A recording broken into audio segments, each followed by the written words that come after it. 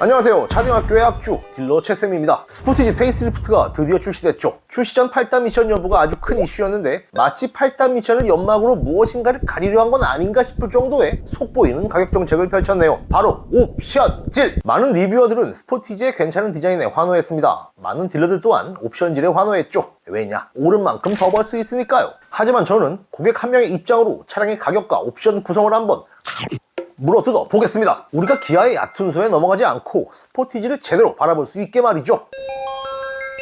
옵션질에서 나오는 매출이 얼마나 짭짤하기에 가뜩이나 안 좋은 기업 이미지를 포기하고서라도 헤어나오질 못하는 것인지 옵션질의 뽕맛의 이유는 너무나 단순했습니다. 그래도 사주니까. 누군 물가도 오르니 차량가가 오르는 것은 당연하다 하지만 반도체 수급 문제도 나아졌고 그로 인해 차량 생산 상황도 나아진 지금 차량가를 마음대로 올릴 핑계가 사라졌죠. 그래서 지난해 말부터 옵션질이 부활한 겁니다. 거기에 전기차 캐즘까지 어딘가에서 난 빵꾸를 무언가로 메꿔야 하는데 그게 바로 옵션질은 아닐까 싶네요. 스포티지는 특별합니다. 핸들 열선도 없던 K5에 그깟 루프렉을 스타일에 묶은 어이상실 소렌토에 동승석엔 통풍 시트마저 선택 불가인 K8 이 세 모델의 옵션질 유형을 모두 적용한 차량이기 때문이죠.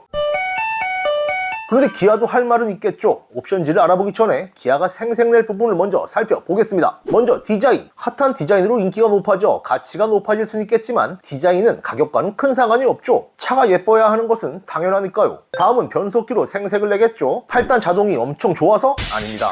DCT의 악명이 너무 높아서겠죠. 그런데 DCT가 싸구려 변속기냐? 보시죠. 가격 차이가 크지 않습니다. 물론 변속기를 바꾼다는 것 자체가 제가 안경 바꿔 끼듯 뚝딱 할 수 있는 것은 아니겠지만 300만원의 인상 요인이라고는 볼 수 없겠죠. 그건 파워트레인의 변화가 없던 가스의 가격 인상이 증명합니다. 그리고 이 급에선 당연한 버튼 시동, 핸들 열선 등의 옵션들이 드디어 기본 반영되었죠. 기존 모델은 컨비니언스를 통해 추가할 수 있었는데 가격은 124만원이었습니다만 그중 알짜배기인 통풍 시트가 온데간데 없습니다. 또한 전방 주차 센서와 함께 다른 모델과 마찬가지로 지능형 안전사양을 업그레이드했는데 이런 소프트웨어가 추가되는 업그레이드는 돈도 적게 들고 생색내기 딱 좋겠죠. 거기에 12.3인치 디스플레이와 후방 모니터에 기아 커넥트는 정말 좋은 변화입니다. 내비를 사용하지 않는 분께도 아주 유용한 옵션이니까요. 그런데 이 내비가 문제입니다. 내비를 통해 본격적인 옵션질 이야기를 시작해볼게요.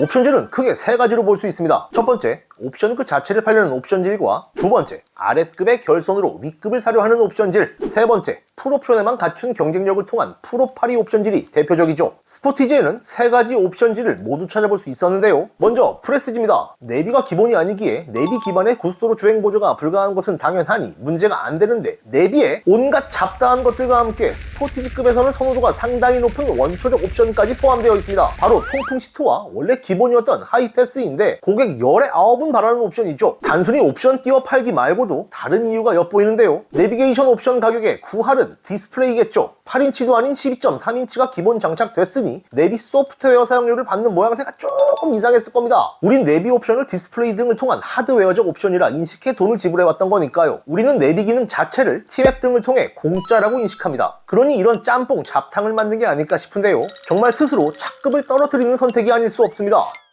원래 현대기아는 드라이브 와이즈 같은 안전사양에 대해 관대했습니다. 그런데 이젠 낮은 급의 차는 안전하면 안 되나봐요. 프레스티지에서는 드라이브 와이즈 선택이 불가하거든요. 디자인도 편의도 아닌 더 안전하고 싶은 원초적인 욕구마저 차등을 둔 겁니다. 기존 하이테크로 선택 가능하던 커브드 디스플레이와 무선 충전 등에 대한 선택권마저 제공되지 않은 부분 또한 윗급으로 고객을 더 부추기고 있고요. 프레스티지를 한마디로 정의하자면 결선을 통해 윗급을 돋보이게 만든 미끼이자 떡밥이라 할 수 있겠습니다.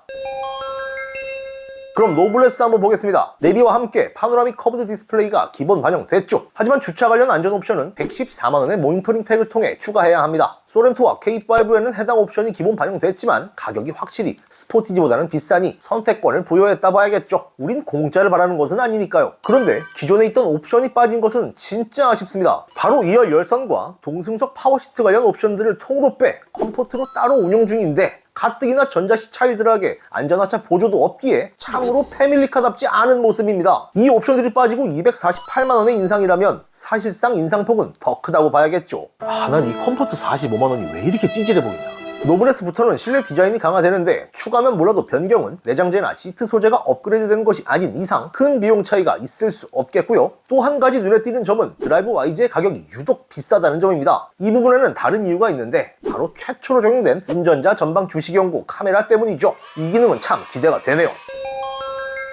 마지막으로 시그니처를 한번 살펴보겠습니다. 기존 모델의 경우 드라이브 와이즈가 기본이었지만 이젠 시그니처도 선택을 해야 하죠. 이 부분은 기존 모델의 기능이 기본 반영되었고 상위 버전의 안전사양에 대한 추가 선택권이라 볼 수 있습니다. 문제는 앰비언트 라이트입니다. 역시나 앰비언트에 인색한 기아가 아닐 수 없는데요. 현대는 코나, 소나타, 투싼, 산타페, 그랜저 등의 추가 옵션이나 중간급부터 기본 반영을 하지만 기아는 유독 이 옵션을 최상위 트림의 전유물로 활용하고 있죠. 최근 젊은 고객층에게 상당히 높은 선호도를 보이고 있고 튜닝 시장에서도 상당히 인기 옵션이라는 걸 기아는 누구보다 잘 알 것입니다. 따라서 명백한 프로파리 전략이 아닐 수 없는 거죠. 하지만 최근 출시된 K8은 스타일 옵션을 통해 기본 트림에서도 선택이 가능한데요. 이처럼 가격 정책은 차량의 포지션에 의해 결정되기도 합니다. 경쟁 모델에 확연히 밀리고 있는 차량은 배짱을 부리기 어려운 거죠. 그런데 무엇보다 눈에 띄는 것은 헤드업 디스플레이를 기본 적용했다는 점입니다. 고급차의 상징이던 HUD가 대중화됐고 각종 전기차에 기본 반영됐죠. 그만큼 수요가 늘어난 것은 사실이지만 운전의 방해 요소로 거부감을 느끼는 분들 또한 많기에 고급 차량에도 보통 선택권을 묻기 마련입니다. 그런데 그걸 기본 반영했다? 누군가는 환호할 일이지만 스포티지에 기아가 얼마나 두둑한 배짱을 부리고 있는지 알 수 있는 부분인 거죠. 무엇보다 가격마저 배짱입니다. 안 팔려 큰일 난 대부분의 전기차에는 헤드업 디스플레이가 단독으로 고작 59만원에 판매 중이지만 스포티지에는 이 잡다한 옵션과 묶여 119만원.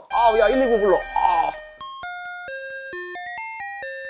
많은 분들은 이왕 사는 것 좋은 거 사야지로 차량 구매에 접근합니다. 그런 분들께 기아의 옵션질은 피부에 크게 와닿지 않을 수 있어요. 제조사의 상술이 그만큼 교묘했다는 얘기일 수도 있습니다. 어쩌면 우리가 차량을 선택한 것이 아니라 우리가 선택당한 것일 수도 있겠고요. 제조사에 보이지도 들리지도 않는 강요 때문에 말입니다. 여러분의 선택을 다시 한번 생각해 보셔야 하며, 그래서 다음 시간에는 고객 유형별 스포티지의 추천 사양을 안내 드릴 테니 구독받고 기다려 주십시오. 그럼 차딩학교의 오늘 수업은 여기서 마치겠고요. 저는 딜러 최쌤이었습니다. 감사합니다.